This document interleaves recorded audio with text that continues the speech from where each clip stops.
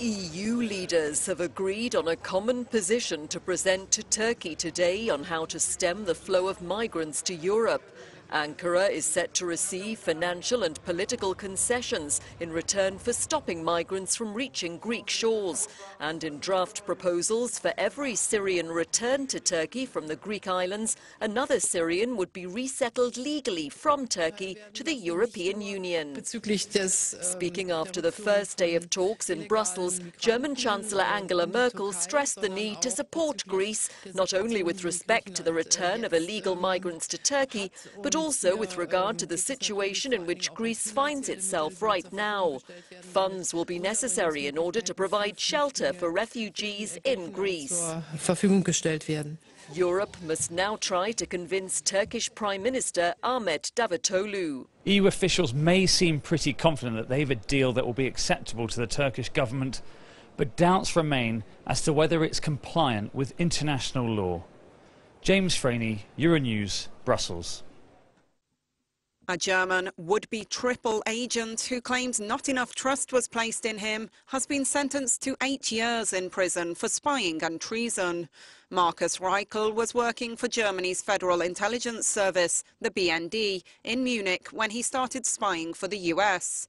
He was jailed for handing over more than 200 secret German documents to the CIA and for attempting to pass 3 to Russian intelligence services. Reichel told the Munich court he felt underappreciated at the BND, where he worked in the post room for 6.5 years until his arrest in July 2014. At the CIA, he said things were different. US-German relations were already strained. Not long before Reichel's activities emerged, former CIA agent Edward Snowden revealed the US had been carrying out extensive surveillance operations in Germany.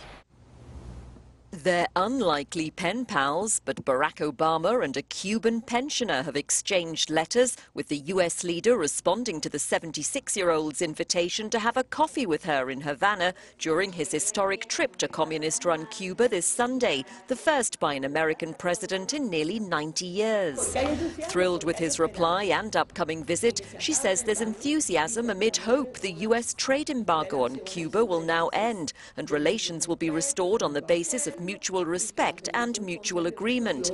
And she adds that the revolution retains many achievements for people because in the end people need presidents to take care of them. The letter from the White House was sent on the first direct US mail flight to Cuba in half a century. The re-establishment of direct post is another landmark since the former Cold War enemies restored diplomatic ties last year. A court in New York has jailed a local man for over 22 years for trying to recruit fighters to join ISIL in Syria. Mufi Delgi's sentence is the longest jail term yet for an American convicted of supporting the militant group. He's admitted trying to recruit 2 people to join so-called Islamic State. Russian riot police have clashed with residents of a Roma settlement in a row over access to gas. The confrontation follows reports of damage to a pipeline and a loss of supplies to a village outside the city of Tula after members of the Roma community illegally hooked up to the gas supply. India's spring celebration of colours, the Holi Festival, is a time for many to indulge and for powder to fill the air. It's celebrated throughout the country, but nowhere more so than here in the northern town of Barsana in Uttar Pradesh.